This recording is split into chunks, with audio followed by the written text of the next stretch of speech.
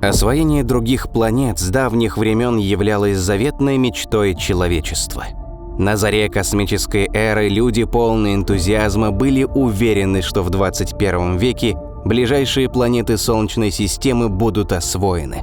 Однако реальность оказалась немного сложнее, и до сих пор нога человека не ступала на поверхность ни одного небесного тела, кроме Земли и Луны. Многие считают, что пилотируемые полеты нерентабельны, другие сомневаются в их необходимости. Однако шанс посетить иные миры все еще есть. И он ближе, чем может показаться на первый взгляд. Космо. Первый космический. В настоящее время американская компания SpaceX является одним из флагманов освоения космоса. Эта частная коммерческая организация была основана Илоном Маском в 2002 году. Спустя 6 лет после основания, после долгих исследований и череды неудачных экспериментов, ракета-носитель Falcon 1, созданная инженерами SpaceX, впервые была удачно запущена на околоземную орбиту, тем самым доказав, что освоение космоса не обязательно должно быть исключительной привилегией государства. За 12 лет, прошедших с первого успеха компании, SpaceX произвела более сотни успешных запусков, а также доставила на МКС и вернула на Землю десятки тонн полезного груза. Кроме того, с 2020 года пилотируемый космический аппарат многоразового использования Crew Dragon совершил уже 2 успешных полета к Международной космической станции с астронавтами на борту. Бесспорно, развитие компании SpaceX идет семимильными шагами. Можно долго спорить о причинах столь оглушительного успеха, но это бессмысленное и неблагодарное занятие. Лучше обратим взгляд в будущее и посмотрим, свидетелями каких фантастических достижений мы можем стать уже в ближайшие десятилетия. В настоящее время SpaceX работает над 3 главными направлениями, связанными с освоением космоса. В первую очередь, это международный проект пилотируемого полета к Луне под названием «Артемида», проводимый совместно с НАСА, Европейским космическим агентством, Канадой, Японией и рядом других стран. Также ведется работа над сетью глобального высокоскоростного спутникового интернета Starlink, а в перспективе планируется пилотируемая миссия к Марсу. Программа по освоению спутника Земли Артемида была анонсирована правительством США в 2017 году. Проект предполагает по меньшей мере 3 этапа, причем старт первого из них запланирован на конец этого года. Он включает в себя облет Луны беспилотным космическим аппаратом с последующим возвращением его на Землю. В рамках следующего этапа экипаж из 4 астронавтов должен будет облететь Луну, не высаживаясь на нее. А третьим шагом, запланированным на 2024 год, станет высадка на поверхность спутника Земли 4 астронавтов. Грядущую лунную миссию можно рассматривать как первый шаг к пилотируемому полету на Марс. В рамках проекта «Артемида» будут испытаны в реальных условиях сверхтяжелый ракетоноситель Super Heavy и космический корабль SpaceX Starship. Кроме того, планируется создание космической станции на окололунной орбите, которая может стать промежуточной платформой для полета на Красную планету. В течение ближайшего года SpaceX должна будет провести несколько запусков своего корабля на высокие и низкие орбиты, чтобы отточить его конструкцию до совершенства. Это будут как плановые доставки грузов на МКС, так и операции по выведению на орбиту Земли спутников связи. В итоге Starship должен будет заменить используемые в настоящий момент Falcon 9 и Falcon Heavy. Космический корабль нового поколения сможет выводить на орбиту до 100 тонн полезной нагрузки за один полет. При этом стоимость 1 килограмма груза должна стать беспрецедентно низкой. Марс сближается с Землей на минимальное расстояние 1 раз в 2 года. Очевидно, что именно такое положение планет является наиболее удобным и выгодным для перелета между ними. Ближайший подобный момент произойдет летом 2022 года. Тогда же запланирован запуск 2 беспилотных грузовых ракет к Красной планете. Они пробудут в пути от нескольких месяцев до года и должны будут доставить на поверхность Марса около 100 тонн груза. энергоустановки, горнодобывающее оборудование, роботизированную технику и многое другое. Основной задачей этого этапа станет разведка местности, поиск водяного льда и подготовка инфраструктуры для будущих колонистов. Удаленно управляемая техника должна будет подготовить все необходимое для безопасной посадки пилотируемых кораблей.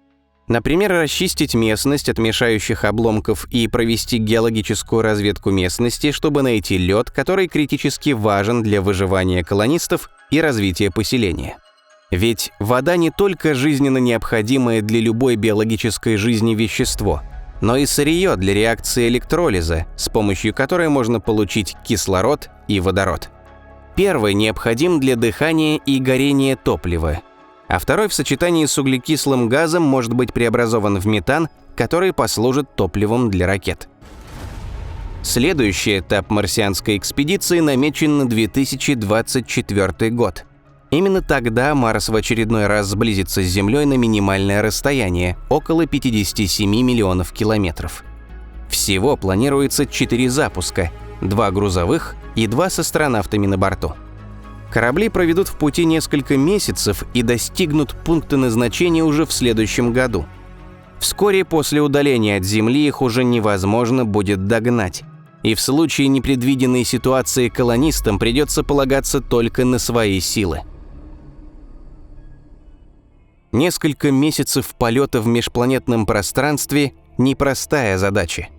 Перед конструкторами пилотируемых кораблей стоят сложные и важные задачи, ведь нужно не только максимально эффективно использовать доступное пространство модуля, но и сделать путешествие комфортным и безопасным. Ожидаемая численность экипажа составит несколько десятков человек. Для них будут предусмотрены как индивидуальные каюты, так и общие помещения, а также гимнастические залы для профилактики нежелательных изменений организма, вызванных долгим пребыванием в условиях невесомости. Кроме того, существенный объем внутреннего пространства корабля будет отведен под хранилище, различное оборудование и системы жизнеобеспечения. Важным моментом в межпланетном перелете является защита от радиации. Так как большую часть полета ракета будет направлена носом от Солнца, планируется расположить жилые отсеки в передней части корабля. Таким образом, хранилища и другие отсеки корабля, не предназначенные для постоянного нахождения людей, послужат щитом для экипажа, задержав и поглотив значительную часть губительной солнечной радиации. Главной задачей покорителей Красной планеты должна стать организация марсианской базы, пригодной для продолжительного проживания, в том числе выращивание растений и наладка оборудования для производства кислорода и ракетного топлива. Звучит фантастично, но Илон Маск уверенно заявляет, что самое позднее, к концу следующего десятилетия, намерен основать на Марсе полноценную колонию, способную не только автономно существовать продолжительное время, но и успешно развиваться. Однако инопланетное поселение может столкнуться с неожиданными трудностями. Примером этого может послужить проект «Биосфера-2», который должен был в течение нескольких лет поддерживать сбалансированную биологическую систему под герметичным куполом. Данный эксперимент показал, что создание замкнутой экосистемы – крайне трудоемкий процесс, имеющий множество подводных камней. Экосистема, созданная в рамках проекта, не справилась со своими задачами. Она не смогла обеспечить поселенцев ни кислородом, ни достаточным количеством пищи. Еще одной опасностью является космическая радиация.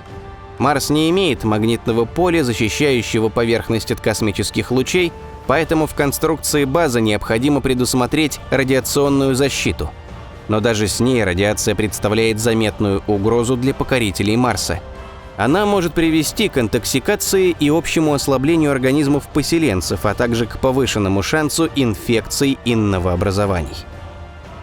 Другим сложным моментом может стать психологическая совместимость колонистов.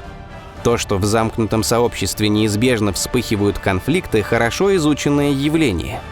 В психологии оно известно как эффект полярной станции, заключается в повышенной раздражительности членов замкнутой группы. Конфликты могут вспыхивать буквально на пустом месте и иметь серьезные последствия, вплоть до драк и телесных повреждений. Остается надеяться на то, что с этим неприятным явлением получится справиться. вполне вероятно, что первые колонисты никогда не смогут вернуться домой. Грустно осознавать, но, скорее всего, освоение Марса не обойдется и без человеческих жертв. Тем не менее, Илон Маск обещал к 2050 году превратить марсианское поселение в настоящий инопланетный город. Этому должно поспособствовать развитие межпланетной транспортной системы, также заявленной в планах компании SpaceX. Получится ли это, пока неизвестно. Конечно, в настоящий момент слова о марсианском городе могут показаться фантастическим вымыслом. Но всего 100 или 50 лет назад многие повседневные для нас вещи казались людям уделом фантастики. Прогресс не стоит на месте, ученые и инженеры объявляют о новых открытиях и изобретениях каждый день. Поэтому шанс побывать на Марсе существует, если не для нас, то хотя бы для наших потомков.